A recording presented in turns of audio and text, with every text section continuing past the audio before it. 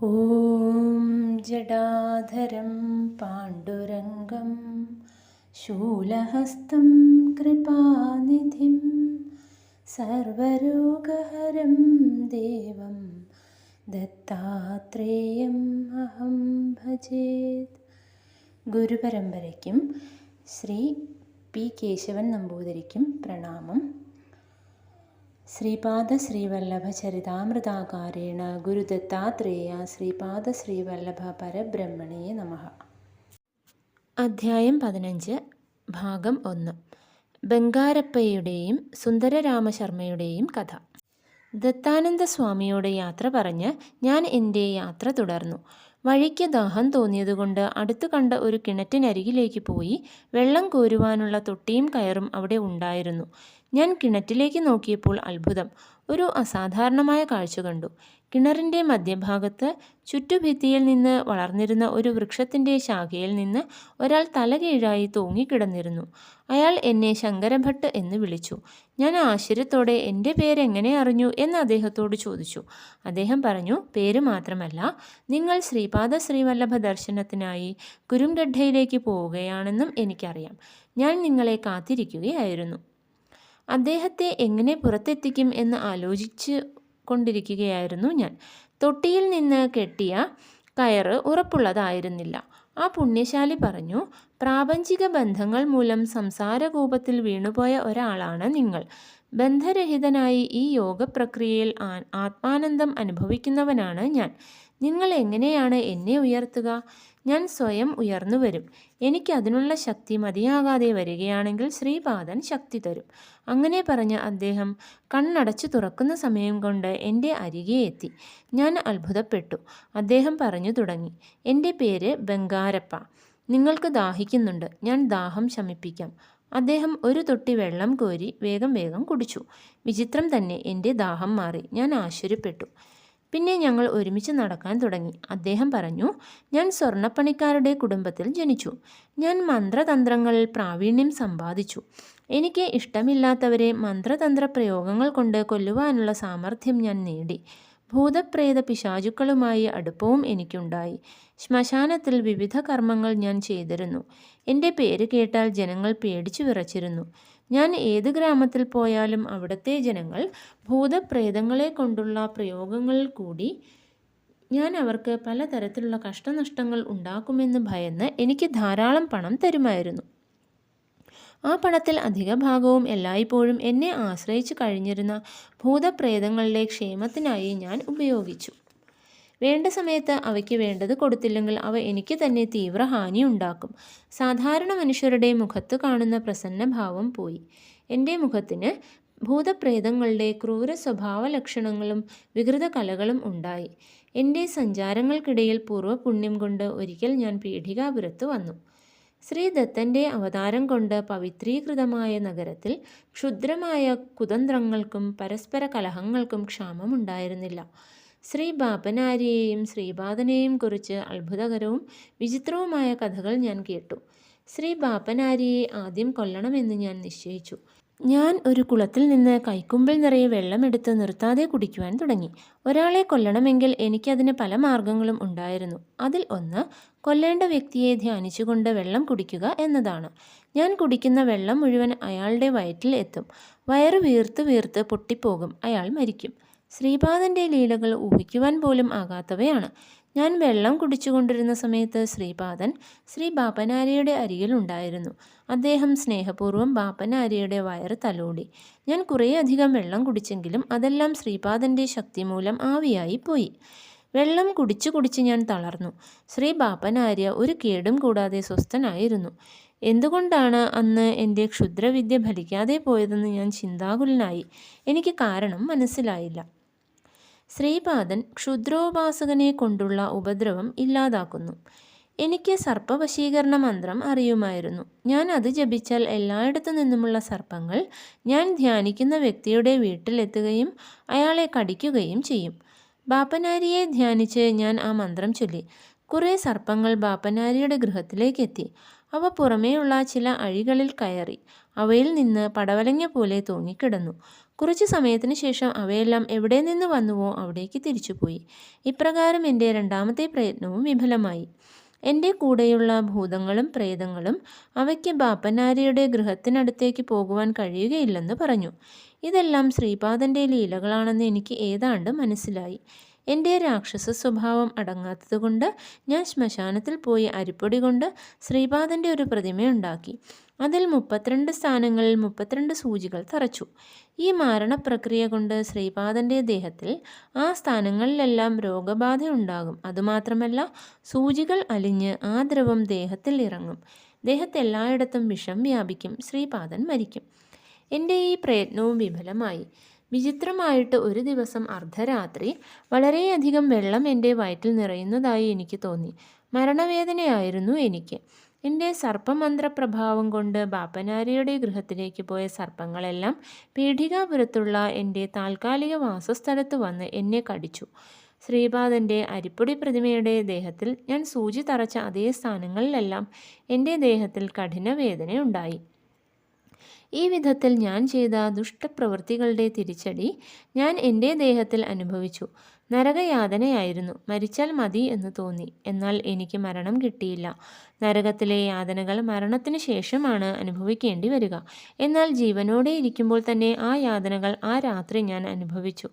സഹിക്കവയ്യാത്ത വേദന അനുഭവിക്കേണ്ടി വരുമ്പോൾ ആരും ദൈവത്തിലേക്ക് തിരിയും. ഞാൻ മനസ്സുകൊണ്ട് ശ്രീപാദനെ ശരണം പ്രാപിച്ചു. ശ്രീപാദരൂപം എൻ്റെ മനക്കണ്ണിന് മുമ്പിൽ പ്രത്യക്ഷമായി. അദ്ദേഹം ഇങ്ങനെ പറഞ്ഞു: ബംഗാരപ്പ, നീ ചെയ്തിട്ടുള്ള മഹാപാപങ്ങൾക്ക് അനേക സംവത്സരങ്ങൾ ഇഹലോകത്തിൽ യാതന അനുഭവിച്ചതിന് ശേഷം നരകത്തിലും യാതന അനുഭവിക്കേണ്ടതുണ്ട്.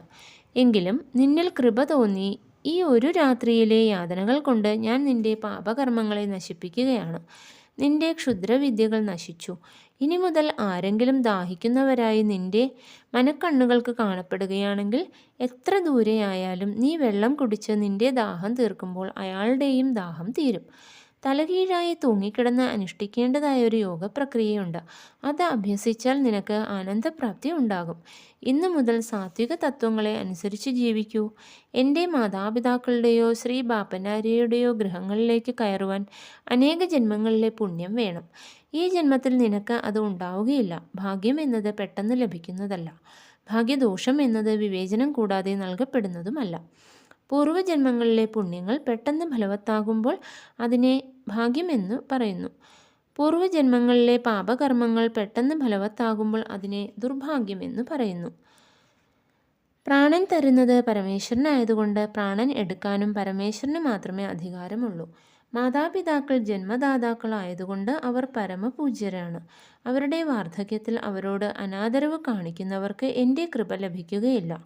നിന്റെ ക്ഷുദ്രവിദ്യകൾ കൊണ്ട് നീ നിരപരാധികളായ അനേകം ജനങ്ങളെ അകാല മരണത്തിന് വിധേയരാക്കി. ഈ പാപത്തിൻ്റെ ഫലം നീ ശങ്കരഭട്ട് എന്ന കന്നഡ ബ്രാഹ്മണനെ കാണുന്നതുവരെ നിന്റെ കൂടെ ഉണ്ടായിരിക്കും. അയാൾ ദാഹിച്ചു വരുമ്പോൾ നിന്റെ വിദ്യ കൊണ്ട് അയാളുടെ ദാഹം തീർക്കുക. അപ്പോൾ നിന്റെ പാപം പൂർണ്ണമായി നീക്കം ചെയ്യപ്പെടും. ആ ശങ്കരഭട്ട് എൻ്റെ ചരിത്രം എഴുതുന്നുണ്ട്. ഇത് നടക്കുന്ന കാലത്ത് ശ്രീപാദന് 7-8 വയസ്സായിട്ടുണ്ടാകും. പ്രിയ ശങ്കരഭട്ട്, അന്നു മുതൽ ഞാൻ നിങ്ങളെ കാത്തിരിക്കുകയാണ്. ഇന്ന് എനിക്ക് വലിയൊരു സുദിനമാണ്. എനിക്ക് ഈ കഥ ആകെ കൂടി വളരെ കുഴക്കുന്നതായിരുന്നു. ഞാൻ പറഞ്ഞു: ശ്രീമാൻ, അങ്ങ് വെള്ളം കുടിക്കുമ്പോൾ മറ്റൊരാളുടെ ദാഹം ശമിക്കുന്നത് എങ്ങനെയാണ്? ഇതിലെ രഹസ്യം വിശദമാക്കാമോ? ബംഗാരപ്പ പറഞ്ഞു: എൻ്റെ കുട്ടി, അന്നമയ കോശത്തിൽ വസിക്കുന്ന ജീവികൾക്ക് ഭൗതിക സങ്കേതങ്ങളും ഭൗതിക പ്രപഞ്ചത്തിലെ അനുഭവങ്ങളുമുണ്ട്. പ്രാണമയ കോശത്തിലെ ജീവികൾക്ക് സൂക്ഷ്മ ശരീര ചൈതന്യമുണ്ട്. മനോമയ കോശത്തിലെ ജീവികൾക്ക് മാനസിക പ്രപഞ്ചവുമായി ബന്ധമുണ്ട്. വിജ്ഞാനമയ കോശത്തിലെ ജീവികൾക്ക് അതു സംബന്ധിച്ച പ്രപഞ്ചവുമായി ബന്ധമുണ്ട്. ആനന്ദമയ കോശത്തിലെ ജീവികൾക്ക് ആനന്ദാനുഭവമുണ്ട്. ചില യോഗപ്രക്രിയകൾ കൊണ്ട് ഞാൻ എൻ്റെ പ്രാണമയ ശക്തിയെ മറ്റു ജീവികളുടെ പ്രാണമയ ശക്തിയുമായി കൂട്ടിച്ചേർക്കുന്നു. അങ്ങനെ അവയുമായി താതാത്മ്യം നേടുവാൻ എനിക്ക് സാധ്യമാകുന്നു. പണ്ടുകാലത്ത് ബാലിക്ക് ഒരു പ്രത്യേക യോഗവിദ്യയിലൂടെ തന്നെ നേരിടുന്ന എതിരാളിയേക്കാൾ ഇരട്ടി ശക്തി നേടുവാൻ കഴിഞ്ഞിരുന്നു. അതിനാൽ രാമനൊരു മരത്തിൻ്റെ മറവിൽ നിന്നുകൊണ്ട് വേണ്ടി വന്നു ബാലിയെ വധിക്കുവാൻ. വിശ്വാമിത്ര മഹർഷി രാമലക്ഷ്മണന്മാർക്ക് ബല അതിബല എന്ന 2 പവിത്ര മന്ത്രങ്ങൾ ഉപദേശിച്ചു. ഈ മന്ത്രങ്ങളുടെ സ്പന്ദനങ്ങൾക്ക് അനുഗുണമായി പ്രാണശക്തിയെ തയ്യാറാക്കിയാൽ ഒരാൾക്ക് വിശ്വാന്തരാളത്തിൽ നിന്നുള്ള വിശ്വശക്തിയെ തൻ്റെ ശരീരവ്യവസ്ഥയിലേക്ക് ആകർഷിക്കുവാൻ കഴിയും. ശരീരം പരിശുദ്ധമല്ലെങ്കിൽ ആ ശക്തി ശരീരത്തിലേക്ക് പ്രവേശിക്കുമ്പോൾ തീവ്രമായ വേദനയുണ്ടാകും. മാത്രമല്ല, ആ ശക്തിയെ താങ്ങുവാൻ കഴിയാതെ മരണം പോലും സംഭവിച്ചെന്നു വരാം. പരിശുദ്ധിയുടെ ക്രമത്തിൽ മനുഷ്യ ശരീരത്തിൽ 12 അവസ്ഥകളുണ്ട്. ശ്രീരാമൻ്റെ ശരീരം 12ാമത്തെ അവസ്ഥയിൽ ഉള്ളതാണ്. ശ്രീദത്തൻ്റെ ശരീരം അതിനും അതീതമാണ്. ആയതുകൊണ്ട് ശ്രീദത്തൻ്റെ അവതാരമായ ശ്രീപാദന് അനന്തശക്തിയും അനന്തജ്ഞാനവും അനന്തവ്യാപകത്വവും ഉണ്ട്. അപ്പോൾ ഞാൻ ചോദിച്ചു, ശ്രീമാൻ, ഗൗതമ മഹർഷിയുടെ ശാപം കൊണ്ട് അഹല്യ ശിലാരൂപമായെന്നും ശ്രീരാമൻ്റെ പാദധൂളി ശിലയിൽ വീണപ്പോൾ ശാപമോക്ഷം കിട്ടിയെന്നും പറയപ്പെടുന്നു. വാസ്തവത്തിൽ അഹല്യ ശിലയായോ? അല്ലെങ്കിൽ ഇതിൽ എന്തെങ്കിലും രഹസ്യാർത്ഥമുണ്ടോ? ബംഗാരപ്പ ഇപ്രകാരം വിശദീകരിച്ചു. നല്ല ഒരു ചോദ്യമാണ് നിങ്ങൾ ചോദിച്ചത്. അഹല്യയുടെ ഛായാരൂപവുമായി മാത്രമാണ് ഇന്ദ്രൻ ബന്ധപ്പെട്ടത്. അത് മനസ്സിലാക്കാതെ ക്രോധാവേശത്തിൽ ഗൗതമൻ അഹല്യയെ കല്ലായി പോകട്ടെ എന്ന് ശപിച്ചു. അഹല്യ ഗൗതമനോട് പറഞ്ഞു, ബുദ്ധിശൂന്യനായ ഋഷിയെ, നിങ്ങൾ എന്താണ് ഈ ചെയ്തത്? ഗൗതമൻ ബുദ്ധി നശിച്ച് ഒരു ഭ്രാന്തനായി. അനേകം പുണ്യസ്ഥലങ്ങൾ സന്ദർശിച്ചതിനു ശേഷം ശിവന്റെ അനുഗ്രഹം കൊണ്ട് പിന്നീട് അദ്ദേഹം സ്വസ്ഥത വീണ്ടെടുത്തു. ചൈതന്യ പരിണാമക്രമത്തിൽ ശിലയ്ക്ക് പ്രഥമ സ്ഥാനമാണ് ഉള്ളത്. അതിൻ്റെ ആത്മാവ് നിർജീവാവസ്ഥയിൽ ആയിരിക്കും. അനേക ജാതി ശിലകളുണ്ട്. ഒരു ശിലയുടെ ആത്മാവ് ചില സംസ്കാരത്തിന് വിധേയമാവുകയാണ്. ആ അനുഭവങ്ങൾക്ക് ശേഷം ആ ആത്മാവ് മറ്റൊരു ജാതി ശിലയിലേക്ക് പ്രവേശിക്കുന്നു. അങ്ങനെ ആത്മാവില്ലാതായ ആദ്യ ശിലയിലേക്ക് മറ്റൊരാത്മാവ് പ്രവേശിക്കുന്നു. ഒരു ആത്മാവ് ഒരു പ്രത്യേക ശിലയിൽ എത്ര കാലം ഉണ്ടായിരുന്നു എന്ന് യോഗദൃഷ്ടിയുള്ളവർക്ക് മാത്രമേ അറിയാൻ കഴിയുകയുള്ളൂ. ഒരു പ്രത്യേക ശിലയിൽ ഒരു ആത്മാവ് ഉള്ളപ്പോൾ ആ ശില രണ്ടായി പിളരുന്നു എന്ന് കരുതുക. അതിലൊരു ഭാഗത്തിൽ ആ ശിലയിലെ ആത്മാവ് താമസിക്കുന്നു. മറ്റേ ഖണ്ഡത്തിൽ മറ്റൊരാത്മാവ് വന്ന് താമസിക്കുന്നു. രണ്ട് ആത്മാക്കൾക്കും ചില അനുഭവങ്ങൾ ഉണ്ടാകുന്നു. എന്ത് അനുഭവങ്ങളിലൂടെയാണ് തങ്ങൾ കടന്നു പോകുന്നതെന്ന് അവയ്ക്ക് അറിയുകയില്ല. എന്നാൽ ശിലാഘട്ടത്തിലുള്ള അവ ആത്മാവിൻ്റെ അതിരില്ലാത്ത വേദന അനുഭവിക്കുന്നു. അവയ്ക്ക് ജീവനില്ലെങ്കിലും വേദനയുടെ അനുഭവം ഉണ്ടായിരിക്കും. വിവിധ യോനികളിൽ നിന്നുള്ള ജീവികളുടെ ജന്മയാതനകളുടെ വിവരണം. ഞാൻ ചോദിച്ചു, ശ്രീമാൻ, ജീവനുള്ളപ്പോൾ മാത്രമേ വേദനയും സുഖവും അനുഭവപ്പെടുകയുള്ളൂ. അങ്ങനെയാണെങ്കിൽ എങ്ങനെയാണ് ഒരു നിർജീവ പദാർത്ഥത്തിന് അപരിമേയ വേദന അനുഭവിക്കുവാൻ സാധിക്കുന്നത്? ബംഗാരപ്പ മറുപടി പറഞ്ഞു, ജീവാത്മാവ് പരമാത്മാവിലിരിക്കുമ്പോൾ ബ്രഹ്മാനന്ദം അനുഭവിക്കുന്നു. അത് വാക്കുകൾ കൊണ്ട് വിവരിക്കുവാനോ മനസ്സുകൊണ്ട് അറിയുവാനോ ആകാത്തതാണ്. അതേ വിധത്തിൽ ജീവാത്മാവ് ശിലയിലുള്ളപ്പോൾ ബ്രഹ്മാനന്ദത്തിന് നേരെ വിപരീതമായ മഹാദുഃഖം അനുഭവിക്കുന്നു. അതും വാക്കുകൾ കൊണ്ട് വിവരിക്കുവാനോ മനസ്സുകൊണ്ട് അറിയുവാനോ കഴിയുന്നതല്ല. പ്രാണനില്ലാത്ത അവസ്ഥയിൽ അനുഭവപ്പെടുന്ന മഹാദുഃഖമാണ് അത്. ഈ ആത്മാവ് പല ശിലകളിൽ ചുറ്റിത്തിരിഞ്ഞ് വിവരിക്കാനോ ഊഹിക്കാനോ കഴിയാത്ത പ്രാണരഹിതമായ മഹാദുഃഖങ്ങൾ അനുഭവിച്ചുകൊണ്ട് ലോഹങ്ങളിലേക്ക് പ്രവേശിക്കുന്നു. പലതരത്തിലുള്ള ലോഹങ്ങളിൽ സഞ്ചരിച്ച് നിദ്രാവസ്ഥയിലുള്ള പ്രാണനെ അനുഭവിക്കുന്നു. ഒരു ലോഹത്തിന്മേൽ അതിന് ഉപദ്രവകരമായ വിഷപൂരിതമായ പദാർത്ഥം ഇടുന്നു എന്ന് കരുതുക. ആ ലോഹത്തിലുള്ള പ്രാണൻ നിദ്രാവസ്ഥയിൽ വേദന അനുഭവിക്കുന്നു. അത് ആ ലോഹത്തെ വിട്ട് മറ്റൊരു ലോഹത്തിലേക്ക് പോകുന്നു. ലോഹങ്ങളുമായി താതാത്മ്യം പ്രാപിച്ച ആത്മാവ് പരിണാമ പ്രക്രിയയിൽ വൃക്ഷത്തിലേക്ക് പ്രവേശിക്കുന്നു. ഇതുവരെ നിർജീവ പദാർത്ഥമായിരുന്നപ്പോൾ നിദ്രാവസ്ഥയിലായിരുന്ന പ്രാണൻ ഇപ്പോൾ ചൈതന്യവത്തായി തീരുകയും നിവർന്നോ ചരിഞ്ഞോ നിൽക്കാനുള്ള ഒരു പ്രചോദനം അതിനുണ്ടാവുകയും ചെയ്യുന്നു. ശക്തി നൽകുവാൻ ഉദ്ദേശിക്കപ്പെട്ടിരുന്ന മരത്തിൻ്റെ വേരുകൾ ഭൂമിയിലേക്ക് തുളച്ചു കയറി അതിൻ്റെ പരിണാമത്തെ എളുപ്പമാക്കുന്നു. ഇപ്രകാരം ആത്മാവ് പലവിധമായ വൃക്ഷങ്ങളിലേക്കും പ്രവേശിക്കുന്നു. അവയ്ക്ക് പല അനുഭവങ്ങളും ഉണ്ടാകുന്നു. ഇപ്രകാരം അത് പകുതി സജീവത്വവും പകുതി നിർജീവത്വവും എന്നുള്ള ദശയിൽ നിന്ന് പുറത്തു വന്ന് കൃമികളും കീടങ്ങളുമായി പരിണമിക്കുന്നു. ഈ ഘട്ടത്തിൽ ചലനം എന്ന അതിൻ്റെ സങ്കല്പം സഫലമാകുന്നു. ഇപ്രകാരം കൃമികീടങ്ങളുടെ പല സംസ്കാരങ്ങളിൽ കൂടി കടന്നതിനു ശേഷം അത് മത്സ്യരൂപം എടുക്കുന്നു. പിന്നെ ഒരു പക്ഷിയുടെ രൂപം എടുക്കുന്നു. പലതരത്തിലുള്ള പക്ഷികളുടെ രൂപങ്ങളുടെ അനുഭവങ്ങൾ നേടിയതിനു ശേഷം അത് ഒരു നാൽക്കാലിയായി ജനിക്കുന്നു. പിന്നെ പരമപവിത്രമായ ഗോജന്മം എടുക്കുന്നു. ഒരു അമ്മയെപ്പോലെ മനുഷ്യർക്ക് പാൽ നൽകുന്നത് കൊണ്ട് പശു അത് അറിയുന്നില്ലെങ്കിലും അത് പുണ്യം നേടുന്നു. ഭക്ഷ്യധാന്യങ്ങൾ ഉൽപ്പാദിപ്പിക്കുന്നതിലും കാളയുടെ രൂപത്തിൽ സഹകരിച്ച് അത് പുണ്യം സമ്പാദിക്കുന്നു. അടുത്ത ജന്മത്തിൽ അത് മനുഷ്യ ശരീരം എടുക്കുന്നു. സംസ്കാരത്തിൻ്റെ സ്വാധീനത്താൽ ചിന്തകൾ ഉത്ഭവിക്കുന്നു. അവ പ്രവൃത്തികളായി മാറുന്നു. ഇപ്രകാരം പുണ്യകർമ്മങ്ങളും പാപകർമ്മങ്ങളും ഉണ്ടാകുന്നു. സാധനാപദത്തിലെ സപ്തഘട്ടങ്ങളെക്കുറിച്ചുള്ള അന്വേഷണം. മനുഷ്യൻ്റെ പരിണാമക്രമത്തിൽ 7 ഘട്ടങ്ങളുണ്ട്. ആദ്യഘട്ടത്തിൽ സ്ഥൂലദേഹേന്ദ്രിയങ്ങളെയും സൂക്ഷ്മദേഹേന്ദ്രിയങ്ങളെയും ഒരേ സമയത്ത് ഉപയോഗിക്കുന്നു. രണ്ടാം ഘട്ടത്തിൽ സൂക്ഷ്മ ശരീരേന്ദ്രിയങ്ങളെ ഉപയോഗിച്ച് സൂക്ഷ്മപ്രപഞ്ചത്തെ പരിചയിച്ചറിയുകയും ചെറിയ അത്ഭുതകൃത്യങ്ങൾ ചെയ്യുവാനുള്ള സാമർഥ്യം നേടുകയും ചെയ്യുന്നു. മൂന്നാം ഘട്ടത്തിൽ സൂക്ഷ്മ ശരീരത്തിൻ്റെ കൂടെ വിദൂര സ്ഥലങ്ങളിലേക്ക് യാത്ര ചെയ്യാനുള്ള കഴിവ് നേടുന്നു. 3, 4 ഘട്ടങ്ങൾക്കിടയിൽ ഒരു വശീകരണ കേന്ദ്രമുണ്ട്. വശീകരിക്കപ്പെട്ടു പോയാൽ അപ്പോൾ ഏത് സ്ഥിതിയിലാണോ അതേ സ്ഥിതിയിൽ നിന്നു പോകുന്നു. ഗൗതമൻ ശപിച്ചപ്പോൾ അഹല്യ സ്തംഭിച്ചു പോയി. താൻ ശിലാചൈതന്യത്തിലാണ് ഉള്ളതെന്ന് അഹല്യയ്ക്ക് തോന്നി. ശ്രീരാമനെ ദർശിക്കുന്നതുവരെ അതേ സ്ഥിതിയിലായിരുന്നു. അഹല്യയുടെ ശരീരം ശിലയായി തീർന്നില്ല. അഹല്യയുടെ മനസ്സു മാത്രമാണ് ആ സ്ഥിതിയിലായത്. അതായത് അഹല്യ 3, 4 ഘട്ടങ്ങൾക്കിടയിലുള്ള വശീകരണ കേന്ദ്രത്തിലായിരുന്നു. ശ്രീരാമൻ്റെ പാദധൂളി ദേഹത്ത് വീണപ്പോൾ അഹല്യയുടെ മനോപുഷ്പം വിടരുവാൻ തുടങ്ങി. അവർ തൻ്റെ സഹജസ്ഥിതിയിലേക്ക് തിരിച്ചെത്തി. 4ാമത്തെ ഘട്ടത്തിലേക്ക് എത്തുന്ന ആത്മാവിന് വളരെ വിസ്തൃതമായ യോഗശക്തികൾ ലഭിക്കുന്നു. അന്തരാത്മാവിൻ്റെ പ്രബോധനം അനുസരിച്ച് അവയെ ലോകക്ഷേമത്തിനായി ഉപയോഗിക്കുകയാണെങ്കിൽ വളരെ ഉയർന്ന സ്ഥിതികളിലേക്ക് എത്തുവാൻ കഴിയും.